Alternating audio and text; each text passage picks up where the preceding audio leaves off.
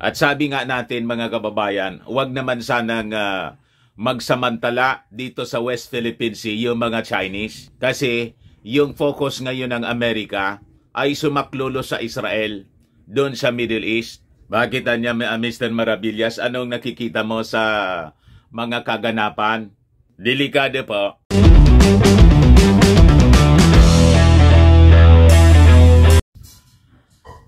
Watch out mga kababayan kasi po tumitindi ang sitwasyon sa ating mundo. Lumalala po. Let's pray mga kababayan na di ito mauwi sa regional conflict and the Middle East or even a global conflict mga kababayan. Yung Amerika busy ngayon mga kababayan sa nangyayaring kaguluhan sa Israel. And wag naman sana po na magsamantala yung mga Chinese dito sa atin sa pagkakalingat ng Amerika mga kababayan sa kaguluhan sa Israel. At yung latest mga kababayan ngayon, it is feared na may Pinoy na namatay. Ayan po yung balita ngayon sa Philippine Star. Pinoy feared killed in Israel. Matindi mga kababayan ang mga balita ngayon. Ayan po, the US delivers munitions to Israel as Americans' death toll rises to 11 in Hamas attacks. Ayan pa po, Israel strikes and seals off Gaza as Hamas vows to execute hostages. Ayan po, shells launched at Israel from Syria. IDF fire at the source. So lumalawak mga kababayan yung conflict.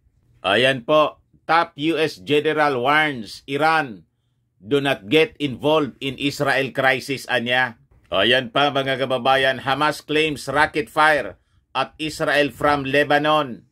So there is a fear mga kababayan of a larger conflict in Israel ngayon. At sabi nga natin mga kababayan, huwag naman sanang magsamantala dito sa West Philippine Sea yung mga Chinese. Kasi yung focus ngayon ng Amerika ay sumaklolo sa Israel, doon sa Middle East. Bakit niya, Mr. Maravillas, anong nakikita mo sa mga kaganapan? Delikado po. Ito po ang balita sa Manila Standard ngayon. China warns Philippines to take its words seriously over WPS sovereignty. Ayan pa, Armed Forces Chief denies Navy ship driven away by China. Yan po yung mga laman ngayon ng mga balita. Kaya nasabi natin, huwag sana mga kababayan na mauwi ito sa regional war or even a global conflict. Magsamantala yung mga Chinese dito sa atin din. Kasi na-divert ngayon yung focus ng Amerika. Nandun na ngayon sa Middle East. Baka samantalahin mga kababayan ng mga Chinese. Kaya sabi ko sa inyo, magbantay po tayong mabuti dito sa ating lugar. In our region. Titingnan natin mabuti ang galawan po ng mga regional powers. And that is our unsolicited advice mga kababayan sa ating mga security officials. Pero I think aware din sila mga kababayan. Kaya nga si Defense Secretary Gibo Teodoro ay may billboard na pala na nilagay sa along EDSA to create awareness po sa mga kababayan natin. Ayan po. Sabi diyan, EDSA billboard alert, Gibo Teodoro calls out China's creeping occupation. Nakita po ninyo? Palala ng palala ang sitwasyon po natin. Hindi ko kayo ina-alarm. May nag-react kasi mga kababayan sa ating video. Iwasan po anya natin yung mga speculations. Ito po, hindi yung bastang speculation po na baseless yung sinasabi natin. Ito mga analysis na pinapalabas ko po sa inyo based sa ating mahabang experience po as a journalist for close to 40 years para makatulong po sa inyo sa paganda in as a believer, as a Christian believer po. Kasi ito po, lahat ito parte ng tinatawag na unfolding prophecy. So, obligasyon natin na mga believers na magpaabot ng mga warnings, not to alarm you, kundi para po tayong lahat ay makapaghanda. Pag hindi po, we will be overtaken by unfolding events. Mangyari niyan, para tayong sinakluban ng langit at lupa na wala man lang tayo kaalam-alam. Di ba?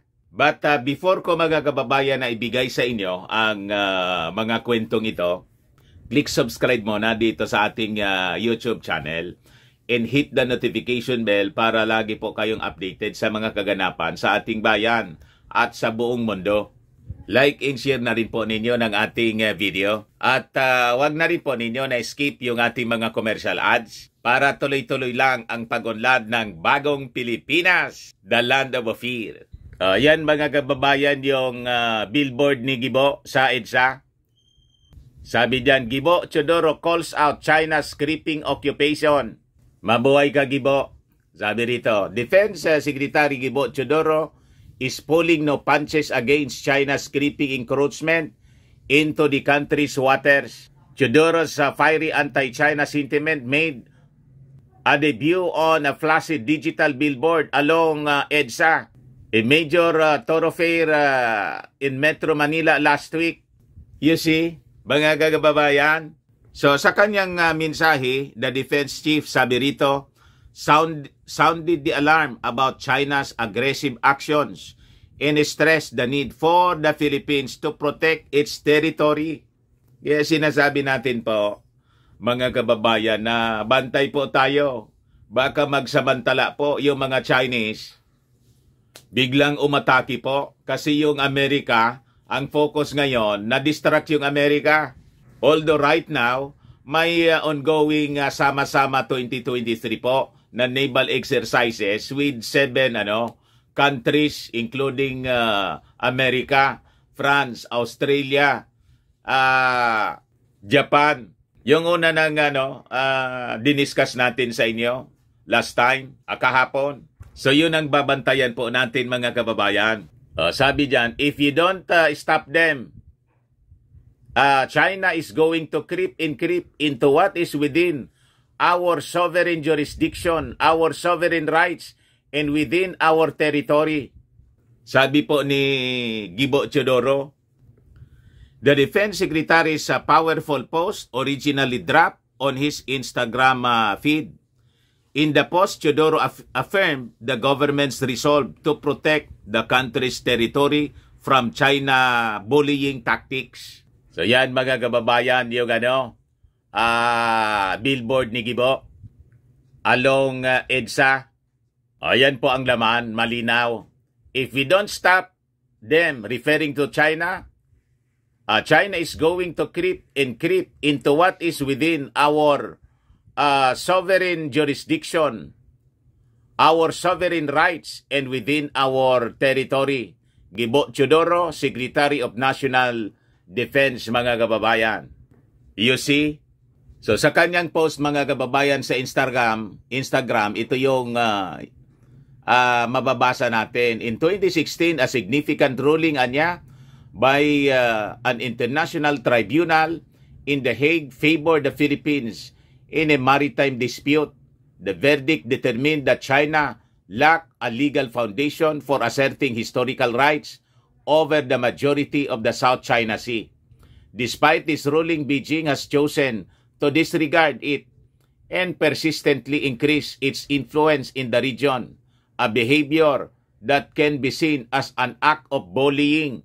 Sabi mga kababayan sa kanyang Instagram post ni Defense Secretary Gibo Teodoro. Sabi niya, we are determined to ensure this does not occur, standing resolute and unwavering in our commitment to safeguard and preserve the integrity of our nation's territory. Gibo Teodoro. So, bantay po tayo. Ang mismong nag-alert sa atin yung ating Defense Secretary. And sigurado, as Defense Secretary po, mga kababayan, siyempre, ang intelligence network niya malawak. So, siguradong may mga nakakarating sa kanya na mga intelligence information, intelligence reports, mga kababayan, about sa mga galawan ng mga Chinese dito po sa West Philippine Sea. O ngayon, going back doon sa Israel, ay yung sabi dito sa balita, Pinoy feared killed in Israel. Sabi rito, a Filipino may have been one of the casualties in the attacks on Israel by the militant Hamas group. Sabi po ng ating embassy doon sa Tel Aviv kahapon, matapos na madiscover po by Israeli authorities ang human remains with Asian features. Ang dami kasi na mga kababayan natin na nandoon nagtatrabaho. An embassy official said a DNA test on the body would be made to determine if it is of the female caregiver who according to a family member has been missing mula nang mangyari yung pag-atake ng Hamas militants. So sabi rito, leaders of the Filipino community in Israel alerted the embassy to the discovery of the remains. Embassy officials are in contact with the missing caregiver sister who was among the 23 Filipinos rescued from Hamas militants. Pero wala pa naman pong confirmation ngayon, sabi rito, referring to the identity of the remains which reportedly were already in the advanced state of decomposition, sabi ng ating embassy. So, yung ating embahada nag-dispatch na rin po ng team para magbigay ng assistance to evacuated Filipinos na naka-house po sa hotels, as well as to check hospitals where some Filipinos may have been taken. So tuloy-tuloy yung pag-asikaso, mga kababayan, pagtutok ng ating gobyerno sa utos siyempre ng ating Pangulong Bongbong Marcos. So sabi po ni Ambassador Pedro Lailo that the embassy received the report on the death of the Filipino noong Monday. We received report Monday night that there had been a Filipino casualty. So first thing, in the morning, our labor attaché will verify if a caregiver had died, sabi po ni Lailo. Yung ating Pangulong Bongbong, mga kababayan, nag-utos na ng whole government approach to help the Pinoys in Israel. Ayan po, mga kababayan, yung balita.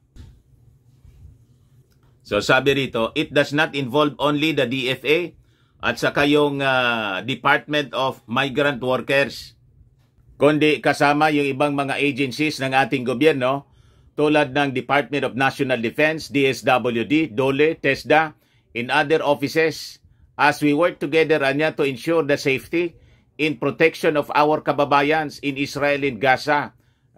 Sabi ni Undersecretary for Migrant Workers Affairs, Eduardo De Vega, in a palace briefing. Sabi po rito, De Vega assured that the government is on top of the situation to safeguard all Filipinos in Israel and Gaza Strip. We're doing everything we can, sabi po niya. For his part, si DMW officer in charge Hans Leo Kakdak said the department has put up 24/7 task force Israel para tumulong po since the presidential directive to monitor the status ng ating mga kababayan. Sabi rito, we have received 83 requests for assistance galing sa mga OFWs and sa kanilang pamilya. And we had updated the status of 76 ng ating 83 OFWs mentioned in the request for assistance and are still seeking updates on the status of 7 more. Yung masabi, missing Pinoy doon sa Israel. Nasabi sa mga naunang balita, baka niya na kasama doon sa mga binihag ng mga Hamas.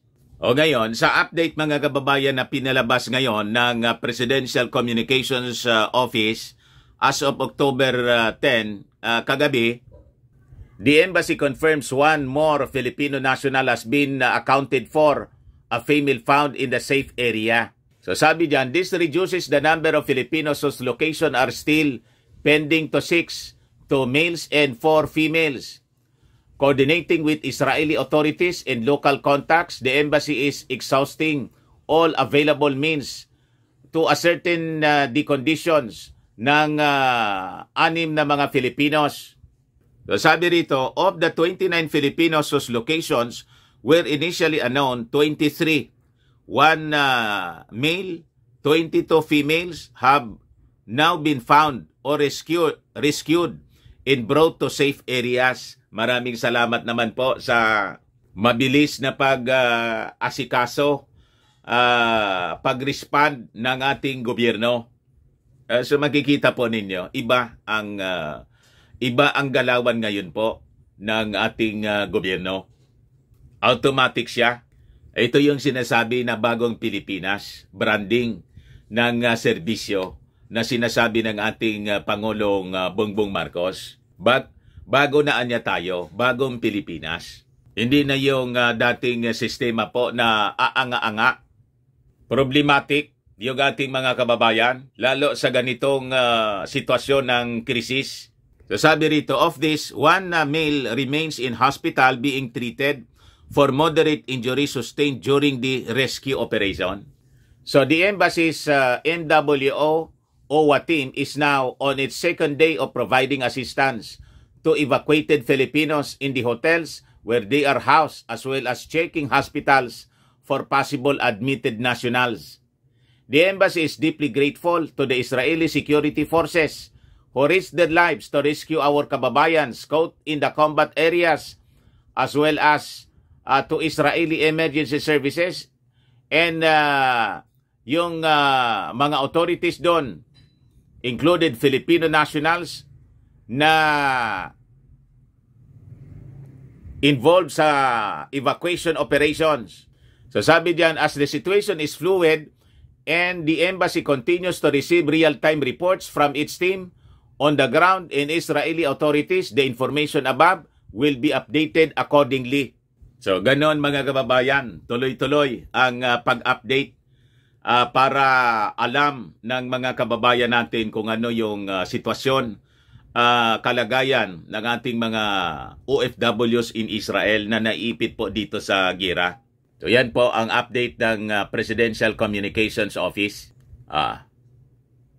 Sige, palabas po nila ng mga updates para hindi po nag-aalala yung ating mga kababayan, lalo yung mga pamilya rito. So yun po. I-visit ninyo po ang kanilang Facebook page, yung Presidential Communications Office.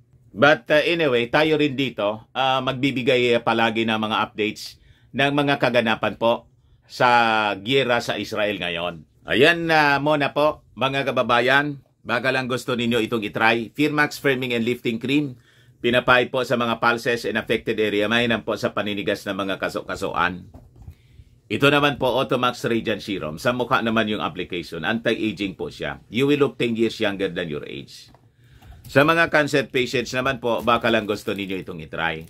Nengxia Red Mixed Fruit Drink. Hindi man po siya gamot, food supplement siya. Kaya lang, gawa siya mga kababayan sa goji berry. Yung goji berry may anti-cancer properties. Okay po, yung mga inquiries ninyo, dumiritso na lang kayo sa aming messenger sa Facebook para masagot namin agad. Ako po si Dante Maravillas. Bye-bye. God bless.